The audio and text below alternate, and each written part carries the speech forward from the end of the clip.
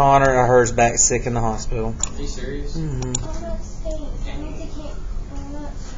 Okay, talking about the graph here. Increasing and decreasing. When you are describing intervals that increase and decrease in style, you use intervals of what? X. Yes. Well, you asked my second question. You use intervals of notation. Interval notation. Very good. And when you use interval notation, what coordinates do you use, Mr. Hall? X. X. You use your X coordinates to describe that, okay?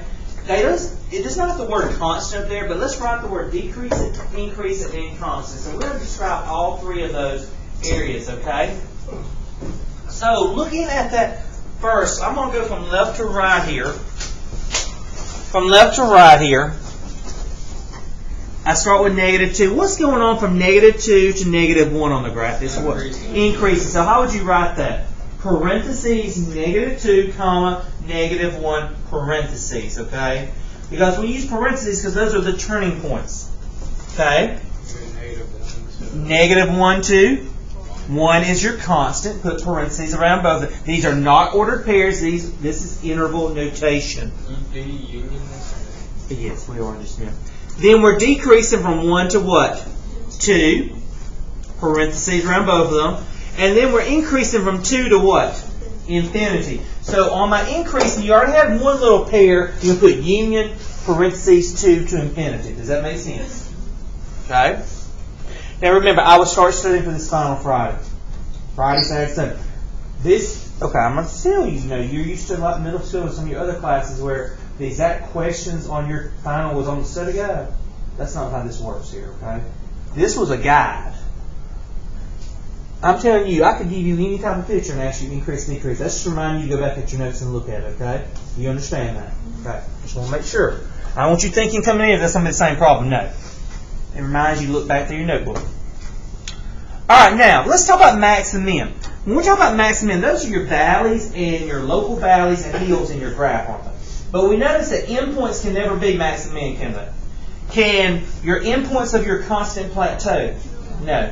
So can that be a max or min? No. Can that? That? This is a dip. Can that be? Yes. So do I have a relative max? No. But do I have a min? Yes. Now when you write that, guys, do you write interval notation or do you write a straight up ordered pair? Ordered pair. So it'd be 2, -1. Does that make sense? All right, number 10. The last one we'll do today, and then we'll start with number 12 and all that rest of the week and next week. Your test is going to be Tuesday, guys, but I'm going to wrap the unit up Friday. And we'll probably just review the final exam on Monday. I just don't want to give you a Monday test, okay?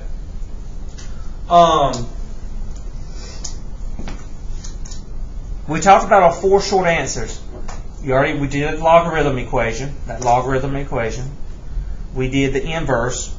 Your other 2, which is down here, is going to be a transformation and then finding zeros of a polynomial. Okay, that's your 4 short answers. So this section is just going to be under the 9 weeks or semester test. We're not going to have a test in this section we're doing right now. Yes, that test is Tuesday. Oh, and your final is Thursday. Yes. All right. So get some graph paper. Find you some graph paper somewhere. Graph this.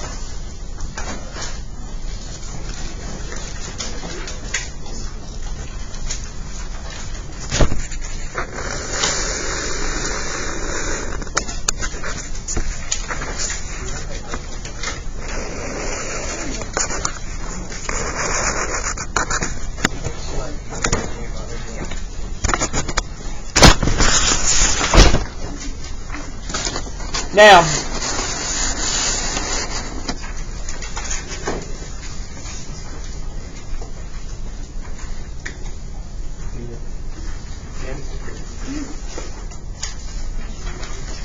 okay.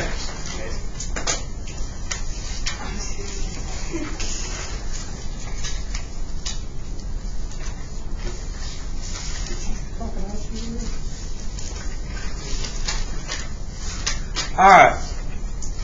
Let's look here. Now, one thing I don't like about this problem, and I would not do this to you in your final, don't you normally put the less than on the top? and the greater than, I got the pieces backwards. So let's look at this first piece right here. I'm going to do this bottom piece because that's the less than 0, isn't it? 0 is that turning point. That's where that fence post is. That's where something's going on in your graph, okay? Remember, we take that number and we plug in. What's negative 0 plus 2? 2. So what point would you graph first? 0 what? 2. Since it's less than, would that be an open or closed dot? Open. So I go to 0, 2. Okay. Now normally, what's my slope? Is this a linear or quadratic function? Linear. Linear has slope. What's my slope here? Negative 1. So that means down 1, right 1, down 1. So when I do that, guys, I'm going in this direction right here. But these are the values greater than 0, isn't it? So I need to go backwards.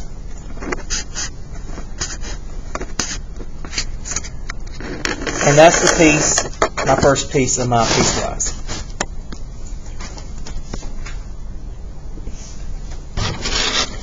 Now this other function, what type of function is that? Square root. Do we have slope and all that in square root? No. I'm going to plug 0 in. What's the square root of 0? 0 plus 3 is? So I'm going to graph the point 0, 3. 1, 2, 3. That's going to be a closed dot. Now, it says for all x values greater than 0, so I'm going to plug those numbers in. Okay, if I plug 1 in, what's the square root of 1? 1 plus 3 is? Would you plug square root of 2 in? Would you plug 2 in? No. How about 3? No. How about 4? What's the square root of 4? 2 plus 3 is?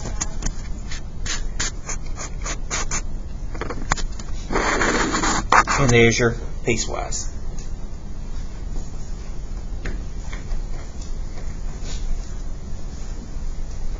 All this is in unit on your second divider. If you need to study, let me just tell you that. Get your plate.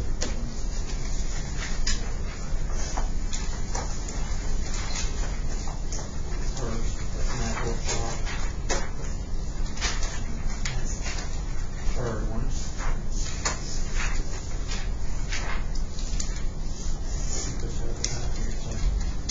Is the fourth one? Fourth one is close function. Unit 2 or unit 3? Fourth one. Yeah, that's where it's 4. It's supposed to be with unit 4 the function. That's it, yes.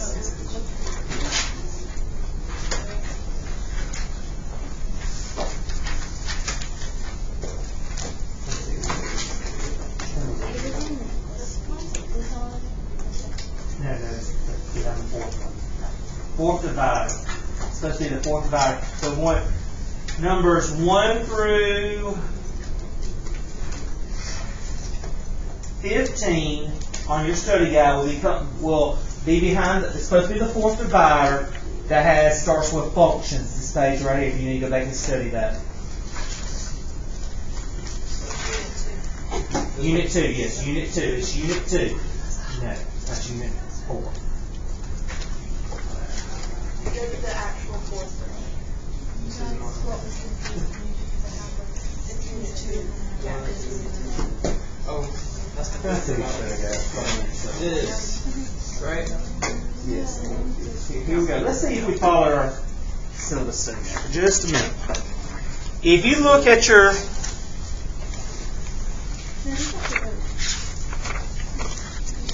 right here, I told you set up your notebook like this. First section of syllabus, second was math workshop, third was chapter 1, fourth was unit 2. It should be in the fourth divider. Questions 1 through. I didn't even put any questions from unit 1, so you don't have to worry about unit 1. It comes from unit 2, unit 3, unit 4, unit 5, and unit 6. So wherever this function, this unit is located in your notebook, that's questions 1 through 15. Questions 16 through 20 comes from unit 3. Oh, and number 21 and 22 on the back of your paper right here, inverses come from that unit 2 functions. Unit 2. Are we good now?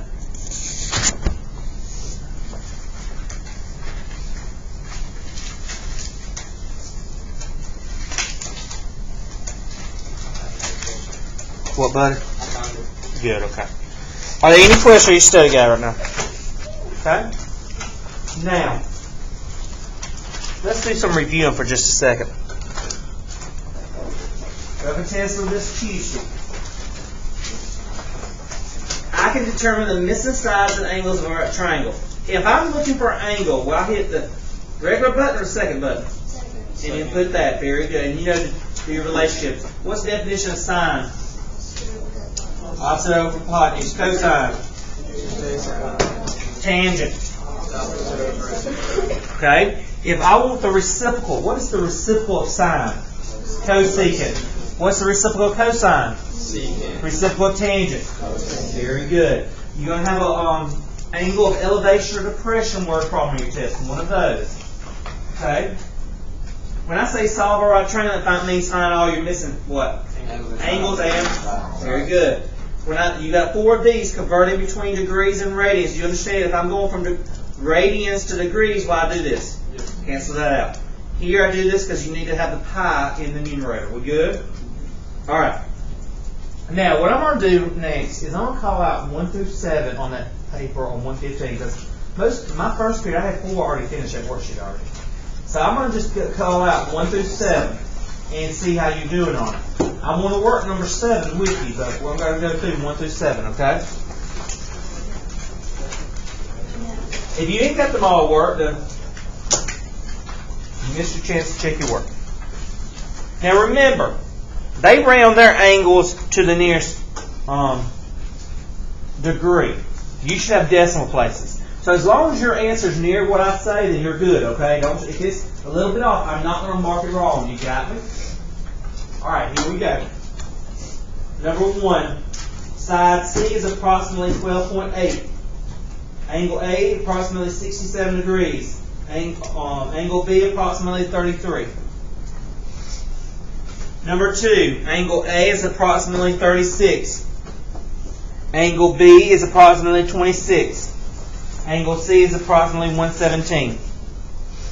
Number 3, angle B is approximately 60. Side A is approximately 46.0. Side B is approximately 40.4. Number 4, angle A is approximately 51. What you do? Ball student. Should you really check your work?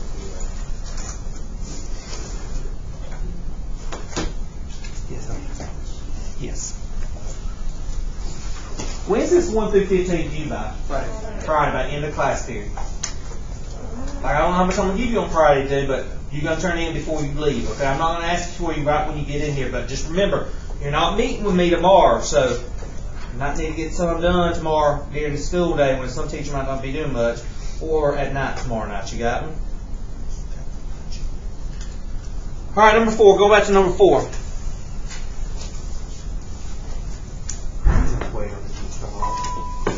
Teachers, students, may I have your attention, please? May I have your attention? I need all marching band members to report to the band room at this time. Why do you get your Marching stuff band, on? please report to the band room at this time. Thank you. Yes, bud. What now? Number 2. Okay, yes. All right, number 4. It's on the video. It's on what? The video. Oh, that's right. I did work number 2, didn't I? I think. Or maybe you just did number 1. I'll do 2 in a minute. We got time. Number 4. Angle A is around 51 degrees. Angle B is around 75 degrees. And C is approximately 16.7. Number 5. Angle A is approximately 77 degrees. Angle C is approximately 32. Side B is 10.7. 6. Angle B is approximately 33. Angle C is approximately 110. And side C is approximately 31.2. Number 7. Angle A is approximately 48. B is approximately 97. And side C is approximately 13.9. If you are good on 1 through 7, you keep working to 15. But if you need to watch number 2 and 7, that's what I'm about to do right now.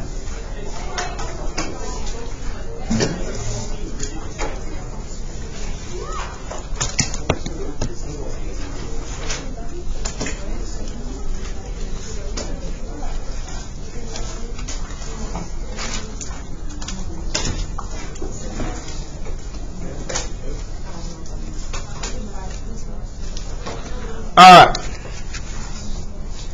Number 2. How do I know I have to use law of cosines here? You have side, side, side. To me, that's the complicated one. Side, side, side. So I gotta find angle A, angle B, and angle C. So I'm just going to start with A. Your formula is A squared equals B squared plus C squared minus 2BC cosine of A. And I'm looking for that angle A. Well, in my picture, my side A is 4, my side B is 3, my side C is 6.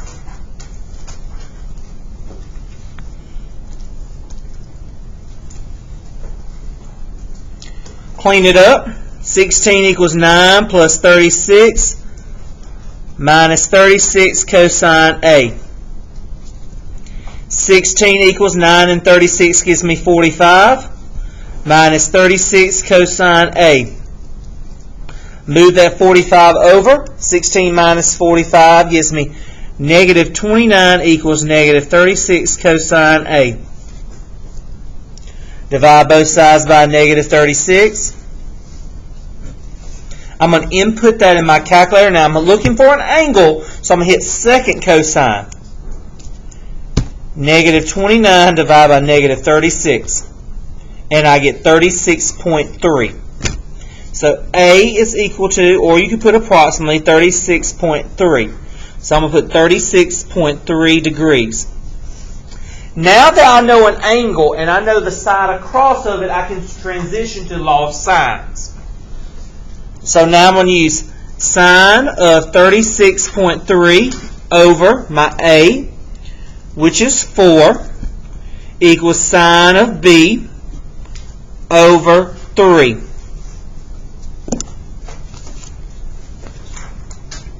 I'm going to cross multiply. 3 times sine of 36.3 equals 4 times sine of B. So 3 times sine of 36.3 divided by 4, because I'm going to divide both sides by 4. And then I'm going to hit second sine my answer. Second sine. And I get 26.3. Now that I know these two angles, I can find the third one by adding those up and subtracting it from what? 180. Thank you. And I get 117.4. And that is number 2.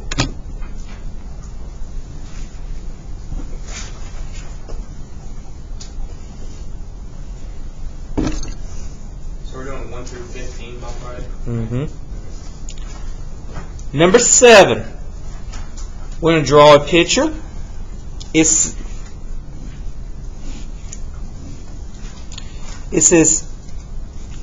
A, B, C. C is 35 degrees. A is 18. Side A is 18. Remember, sides across from angle. So what situation do I have here? A side what? Side angle side. So what do I have to start this problem with? Law of cosines. I know I can't use law of sines because in order to start law of sines, I have to know an angle and a side across from it. So I'm going to label what I do not know. I do not know angle A. I do not know angle B. And I do not know side C. So I'm going to find side C because law of cosines is constructed where you can find the side easily. So C squared equals 18 squared plus 24 squared minus 2 times 18 times 24 cosine of 35. And I'm going to type that in my calculator.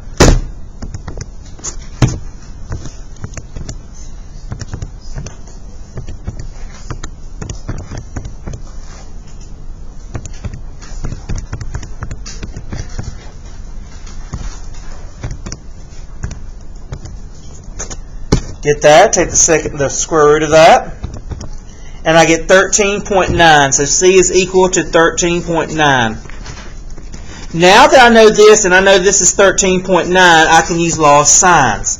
So I'm going to go sine of 35 over 13.9. I'm going to find A. Sine of A over 18. Cross multiply. So I'm going to have 18 times sine of 35 equals 13.9 times the sine of A. Divide both sides by 13.9. So 18 times the sine of 35 divided by 13.9. Then I'm going to hit second sine because we transition to the law of sines.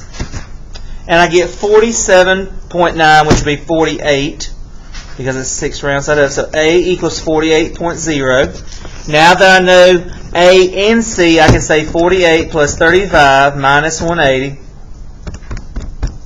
I get 97 degrees.